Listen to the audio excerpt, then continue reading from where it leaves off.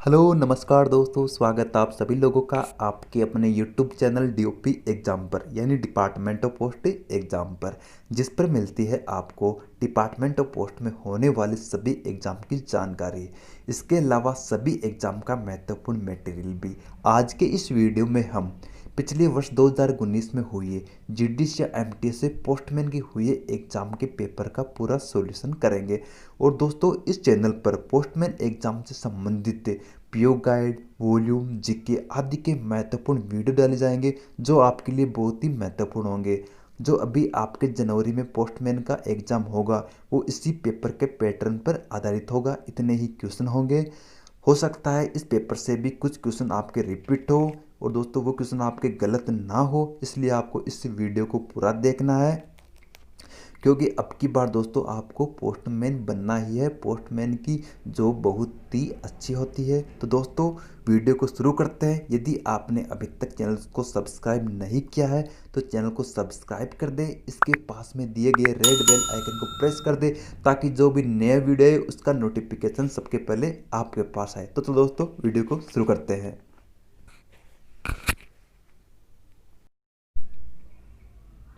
पहला क्वेश्चन है दोस्तों हमारा, पश्चिम बंगाल परिमंडल का क्षेत्र अधिकार यानी पश्चिम बंगाल सर्किल है, उसके अंतर्गत कौन कौन से क्षेत्र आते हैं। इसमें आपके ए है पश्चिम बंगाल, ये भी आता है। बी है पश्चिम बंगाल और सिक्किम, ये भी आता है। सी है पश्चिम बंगाल अरुणाचल प्रदेश और सिक्किम, ये नहीं आता। डी ऑप्शन है पश्चिम बंगाल, सिक्किम और अंडमान एवं निकोबार द्वीप समूह। तो दोस्तों आपके डी ऑप्शन सही है, क्योंकि इसमें जो डी ऑप्शन में आपको दिए गए हैं वो तीनों पश्चिम बंगाल सर्किल के अंतर्गत आते हैं। दूसरा क्वेश्चन है हमारा, डाक मंडल के प्रमुख यानी हेड ऑफ पोस्टल डिवीजन कौन होता है। वो होता है आपके एसएसपी सीनियर सुपरिटेंडेंट। तो आपके सी ऑप्शन सही है। और दोस्तों आपके सीपीएमजी कहाँ के हेड होते हैं, वो होते हैं आपके सर्किल के। और पीएमजी कहाँ के होते हैं, वो होते हैं आपके रीजन के। तीसरा क्वेश्चन है हमारा, प्रथम श्रेणी के प्रधान डाकघर के प्रमुख को क्या कहते हैं। उसे कहते हैं सीनियर पोस्टमास्टर। तो आपका बी ऑप्शन सही है। फिर हमारा क्वेश्चन नंबर 4 है, रविवार और पीओ छुट्टियों पर डाकघर खुला रहता है। तो दोस्तों संडे और पोस्ट ऑफिस हॉलीडे को कौन सा ऑफिस खुला रहता है, कौन सा पोस्ट ऑफिस खुला रहता है। ए मोबाइल पोस्ट ऑफिस, बी प्रधान डाकघर, सी नाइट पोस्ट ऑफिस। तो आपका सी ऑप्शन सही है, night post office. Question number 5 है, पैकिंग संबंधी नियम। तो दोस्तों जो डाक को पैकिंग करते हैं उससे संबंधित नियम पीओ गाइड फर्स्ट के कौन से रूल में दिया गया है, वो आपके 15 में दिया गया है। तो आपका बी ऑप्शन सही है। तो दोस्तों आपको रूल भी याद करने हैं जो भी इंपॉर्टेंट है, वैसे मैं आपको करा दूंगा पीओ गाइड जब सोल्व कराऊंगा। 6 नंबर हमारा क्वेश्चन है, डाक टिकटों को चिपकाए जाने का नियम कौन सा है। वो है आपके सी ऑप्शन में रूल 23 पीओ गाइड फर्स्ट में। क्वेश्चन नंबर 7 है हमारा, पत्रों को अस्वीकार करने का नियम कौन सा है। B option PO guide first में नियम 50। 8 नंबर क्वेश्चन है हमारा, बीएनपीएल का अर्थ है। दोस्तों बीएनपीएल की फुल फॉर्म क्या है, बुक नाउ पे लेटर। दोस्तों जितने भी फुल फॉर्म बनती है मैंने उसका वीडियो बना दिया है, आप वहां जाकर देख सकते हो। उससे बाहर एक भी फुल फॉर्म नहीं आएगी, क्योंकि दोस्तों अभी एमटीएस में भी एक फुल फॉर्म आई थी, वो उसी में से आई थी। उसमें आई थी हमारा टीबी जो ट्रांजिट बैग होता है उससे संबंधित। फिर हमारा 9वां क्वेश्चन है, 12,000 रुपये के लिए सीओडी सुविधा का लाभ उठाने के लिए अतिरिक्त शुल्क क्या है। ये क्वेश्चन दोस्तों आपके दोबारा एग्जाम में आ सकता है, महत्वपूर्ण हो। इसको कैसे करते हैं दोस्तों, इसमें यदि 5,000 रुपये से कम सीओडी है तो उस पर 100 रुपये या 1% जो भी ज़्यादा होता है। यदि 5,000 रुपये से अतिरिक्त है तो उस पर 1% और 100 रुपये दोनों लगते हैं। तो दोस्तों ये कितने, 12,000 रुपये। तो 5,000 से कितने रुपये ज़्यादा है, 7,000। तो 7,000 का 1% दोस्तों कितना हो गया, 70 रुपये। और 100 रुपये अलग से, तो 170 हो गए दोस्तों। तो आपका सी ऑप्शन सही है। 10 नंबर क्वेश्चन है हमारा, कॉरपोरेट ग्राहकों के लिए अधिकतम छूट दर क्या है दोस्तों। वो आपके 30%, बी ऑप्शन सही है। फिर हमारा क्वेश्चन नंबर 11 है, बुकिंग के कार्यालय से 600 किलोमीटर की दूरी के लिए बुक किए गए 230 ग्राम स्पीड पोस्ट पत्र का टैरिफ क्या है। तो दोस्तों इस टेबल को आपको याद करना है, जो आपके साइड पे दे रखी है वो आपको पढ़ना ही पड़ेगा। इसका कोई फॉर्मूला नहीं है, तो इसमें आपके डी आएगा 60 रुपये। 12 क्वेश्चन हमारा, वॉक इन ग्राहक के लिए क्या छूट है जो 50,000 रुपये के लिए स्पीड पोस्ट वस्तु बुक कराता है। तो दोस्तों इसमें आपके कितना है, ₹2500 यानी 5%। फिर हमारा 13वां क्वेश्चन है, दो राज्यों की राजधानी के बीच स्पीड पोस्ट पत्रों की डिलीवरी के लिए सेवा मानक क्या है? तो दोस्तों कितने दिन लगते हैं दो राज्यों के बीच में स्पीड पोस्ट को? 1 से 4 दिन। ये टेबल भी आपको याद करनी है दोस्तों। 14 नंबर क्वेश्चन है, यूके के लिए बुक किए गए अंतर्राष्ट्रीय स्पीड पोस्ट वस्तु का वितरण मानक क्या है? कितने दिन लगेंगे? 2 से 6 दिन। तो आपका बी ऑप्शन सही है।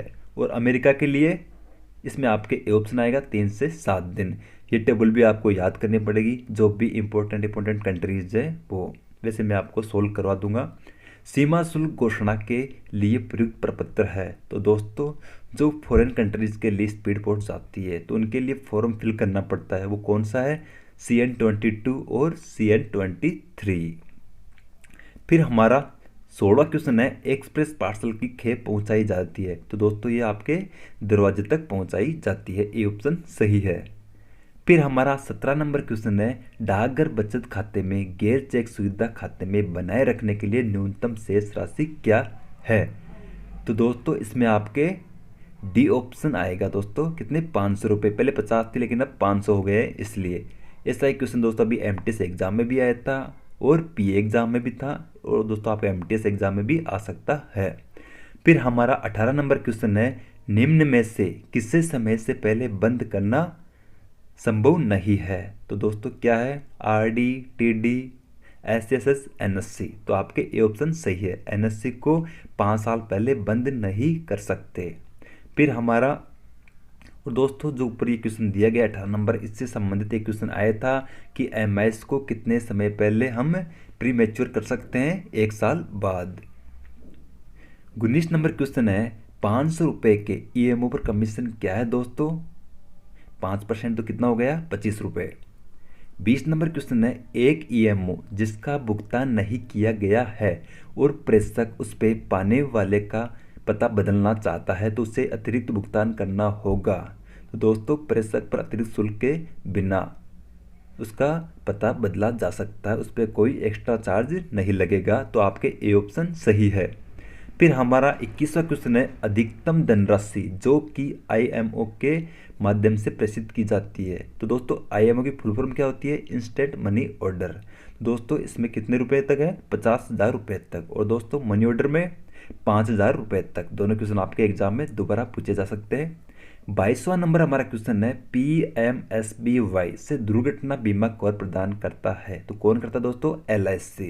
दोस्तों इससे संबंधित अभी MTS में आपके क्वेश्चन आया था दोस्तों। 3 से 4 ये तो बीमा से संबंधित ये पॉलिसी है वो आपको याद करनी है। वैसे मैं आपको अलग से एक वीडियो बना दूंगा, उसको उसमें आपके मिल जाएगी, उससे बाहर आपके क्वेश्चन नहीं आएगा। फिर हमारा 23वां क्वेश्चन है, APY अटल पेंशन योजना किसी भी ऐसे व्यक्ति के लिए उपलब्ध है जिसकी आयु 18 से 40। आपके सी ऑप्शन सही है। फिर हमारा 24वां क्वेश्चन है, निम्नलिखित में से कौन अंतर्देशीय डाक द्वारा संचरण के लिए निषिद्ध नहीं है? तो दोस्तों कौन से नहीं है? तीर व साधन ठीक से सुरक्षित। फिर हमारा 25वां क्वेश्चन है दोस्तों, PLI में सुनिश्चित अधिकतम बीमा राशि का मूल्य क्या है? अधिकतम है 50 लाख रुपए और मिनिमम कितने दोस्तों? 20,000 रुपये। क्वेश्चन कैसे भी पूछा जा सकता है। फिर हमारा 26वां क्वेश्चन है, RPLI की शुरुआत कब हुई? वो हुई दोस्तों आपके 1995 में।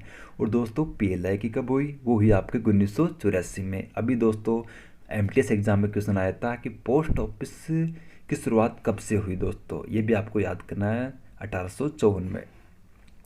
फिर हमारा 27 नंबर क्वेश्चन है, एक पंजीकृत अंतर्देशीय पत्र के लिए कुल डाक शुल्क क्या है दोस्तों? वो है आपके 19.50 रुपये। और दोस्तों जो आपके 22 रुपये लगते हैं वो किसके लगते हैं? जो बच गए वो आपके GST के लगते हैं।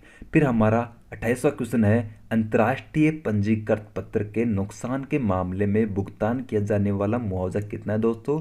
वो है आपके 30 SDR। तो बी ऑप्शन सही है। फिर हमारा 29वां क्वेश्चन है, शाखा कार्यालय में बुक पंजीकृत पार्सल की अधिकतम वजन सीमा क्या है? वो है आपके 10 किलो। ये क्वेश्चन भी दोस्तों अभी MTS एग्जाम में पूछा गया था। फिर हमारा 30वां क्वेश्चन है, और दोस्तों जो हमारा सिटी पोर्ट S जो है वहाँ पे कितना है? वहाँ पे है 35 किलो। स्पीड कितनी है? वो भी आपकी 35 किलो है। फिर हमारा 30वां क्वेश्चन है, निम्नलिखित में से स्मारक स्टैम्प उपलब्ध नहीं है। तो आपका सी ऑप्शन सही है, स्टाम्प काउंटर। निम्नलिखित में से एक प्रधान डाकघर का प्रभारी अधिकारी नहीं है। तो दोस्तों, प्रधान डाकघर का अधिकारी सीनियर पोस्ट मास्टर हो सकता है, मुख्य पोस्ट मास्टर हो सकता है और पोस्ट मास्टर हो सकता है, लेकिन सहायक पोस्ट मास्टर नहीं हो सकता। तो आपका ए ऑप्शन सही है। फिर हमारा 32वां क्वेश्चन है, शाखा डाकघर का लेख का संबंध निम्न में से है। तो दोस्तों, उप कार्यालय से भी हो सकता है और प्रधान कार्यालय से भी हो सकता है, यानी सब ऑफिस से भी हो सकता है और हेड ऑफिस से भी हो सकता है। तो आपका सी ऑप्शन सही है। फिर हमारा 33वां क्वेश्चन है, कितने प्रकार के मेल बैग निर्धारित है। तो आपके बी ऑप्शन सही है, 2 प्रकार के। फिर हमारा 34वां क्वेश्चन है, रोकड़ कार्यालय और उप कार्यालय के बीच एक्सचेंज किए गए मेल बैग को विशिष्ट मेल सूचियों में विभेद सूचक चिन्ह द्वारा दर्शाया जाता है। तो वो आपके एफ द्वारा दर्शाया जाता है। तो सी ऑप्शन सही है। फिर हमारा 35वां क्वेश्चन है, देर से पत्र प्रस्तुत किए जा सकते हैं। ए ऑप्शन एक डाकघर की खिड़की पर सही है, बी है एक मेल कार्यालय की खिड़की पर, यह भी सही है, सी है एक मेल ऑफिस के लेटर बॉक्स में पोस्ट किया गया, ये भी सही है। तो दोस्तों, आपका डी ऑप्शन सही है कि ऊपर के सभी ऑप्शन सही है। फिर हमारा 36वां क्वेश्चन है, नागपुर के पत्ते वाले पत्र को भोपाल भेजने को कहा जाता है। तो आपका बी ऑप्शन सही है, मिसेंट आर्टिकल। फिर हमारा 37वां क्वेश्चन है, एक पत्र वस्तु का मुख है। तो दोस्तों, फेस किसे कहते हैं? जैसे खूब सारे आर्टिकल है उसको एड्रेस वाइज जचाना। तो दोस्तों, आपका बी ऑप्शन सही है, वस्तु के जिस तरफ पता लिखा होता है वही आपका फेस होता है। निम्न के संबंध में गस्त का प्रयोग किया जाता है। तो दोस्तों, ये आपके आरएमएस के अनुभाग से संबंधित है, इसलिए आपका बी ऑप्शन सही है। फिर हमारा 39वां क्वेश्चन है, शाखा डाकघर के इंचार्ज अधिकारी को क्या कहा जाता है? बीपीएम, यानी ब्रांच पोस्ट मास्टर। फिर हमारा 40वां क्वेश्चन है, राजपत्रित प्रधान डाकघर का नियंत्रण और पर्यवेक्षण के अधीन है। तो आपका सी ऑप्शन सही है, ग्रुप बी अधिकारी के अधीन है। फिर हमारा 41वां क्वेश्चन है, प्रमुख डाकिया को सौंपे गए कर्तव्य है। तो आपका इसमें बी ऑप्शन है, अस्थायी रूप से अनुपस्थिति किसी डाकिया कार्य। तो दोस्तों, जो आपका प्रमुख डाकिया होता है, हेड पोस्टमैन, यदि उसकी वो किसी कोई छुट्टी चला गया होता है उसकी जगह काम कर लेता है। फिर हमारा 42 क्वेश्चन है, पोस्टमैन की पुस्तक के रूप में छपी है। तो दोस्तों, आपके सी ऑप्शन सही है, MS-27। ये क्वेश्चन आपके एग्जाम में आ सकता है। फिर हमारा 43वां क्वेश्चन है, प्रत्येक ग्राम डाकिया को एक गस्त सूची दी जाती है। तो दोस्तों, इसमें आपके डी आएगा, उसके द्वारा यात्रा किए जाने वाले गांवों के नाम दिए होते हैं उस लिस्ट में। फिर हमारा 44वां क्वेश्चन है, ग्राम डाकिया को नियुक्त किया जाता है अपने गस्त में वस्तुएं वितरित करे। फिर हमारा 45वां क्वेश्चन है, वितरण के लिए वस्तु प्राप्त करने का नियम। तो दोस्तों, यह है आपके पीओ मैनुअल वॉल्यूम 4 के भाग 3 के नियम 113 में। तो आपका बी ऑप्शन सही है। फिर हमारा 46वां क्वेश्चन है, निम्न हर सेट को आपूर्ति नहीं की जाती। तो दोस्तों, क्या नहीं की जाती? आयताकार मोहर, यानी ओब्लंग स्टाम्प। फिर हमारा 47वां क्वेश्चन है, पोर्टफोलियो को आपूर्ति की जाती है। तो आपके अनुभाग सेक्शन में की जाती है। 48वां क्वेश्चन है, पर्यवेक्षक स्पीड पोस्ट सेंटर में अपनी दैनिक रिपोर्ट प्रस्तुत करता है। तो MS-83, आपका सी ऑप्शन सही है। फिर हमारा 49वां क्वेश्चन है, केज टीबी की कुंजी को आगे भेजे जाना है। तो दोस्तों, केज टीबी क्या होता है? जिसमें खूब सारे टीबी बैग होते हैं। तो दोस्तों, इसको सीलबंद आवरण में, तो सीलबंद लिफाफे में इसकी की जाती है। फिर हमारा 50वां और अंतिम क्वेश्चन है, मेल एजेंट के न होने की स्थिति में मेल एजेंट को कार्यालय को बंद करने के बाद क्या करना चाहिए? रिकॉर्ड अधिकारी को कुंजी लौटा देनी चाहिए। तो दोस्तों, अब हम जीके का पोर्शन देखते हैं, जिसमें से आपके 1-2 क्वेश्चन रिपीट हो सकते हैं, इसलिए हम चाहते नहीं कि हमारा एक भी क्वेश्चन गलत हो। तो दोस्तों, हमारा 61 क्वेश्चन है, निम्नलिखित में कौन सी नदी अरब सागर में नहीं मिलती? तो आपका ए ऑप्शन सही है, तुंगभद्रा नदी। फिर हमारा 62वां क्वेश्चन है, निम्नलिखित में कौन सी पर्वत श्रृंखला गंगा के मैदान और दक्षिण के पठार के बीच विभाजन रेखा बनाती है? तो दोस्तों, कौन सी है जो हमारे उत्तर भारत और दक्षिण भारत को अलग करती है? वो है हमारे बी ऑप्शन, विंध्याचल। फिर हमारा 63वां क्वेश्चन है दोस्तों, निम्नलिखित में से उसके कालक्रम के अनुसार। तो दोस्तों, इसमें कौन सा ऑप्शन आएगा? तो दोस्तों, इसमें आपके ऑप्शन आएगा बी, क्योंकि दोस्तों इसमें पहले क्या हुआ था? पूना समझौता कब हुआ था दोस्तों? 24 सितंबर 1932 को। उसके बाद हुआ था तीसरा गोलमेज सम्मेलन, कब हुआ था दोस्तों? 17 नवंबर 1932 से 24 दिसंबर। और जो आपके अगस्त प्रस्ताव है वो कब हुआ था? वो हुआ था आपके 8 अगस्त 1940। ये डेट आपको याद करना है दोस्तों, क्योंकि एग्जाम में डेट पूछ सकते हैं, इसलिए आपके बी ऑप्शन सही है। फिर हमारा 64वां क्वेश्चन है, भारतीय राष्ट्रीय कांग्रेस का वह एकमात्र अधिवेशन जिसकी अध्यक्षता महात्मा गांधी के द्वारा की गई थी, तो दोस्तों कौन सा है? बेलगाम।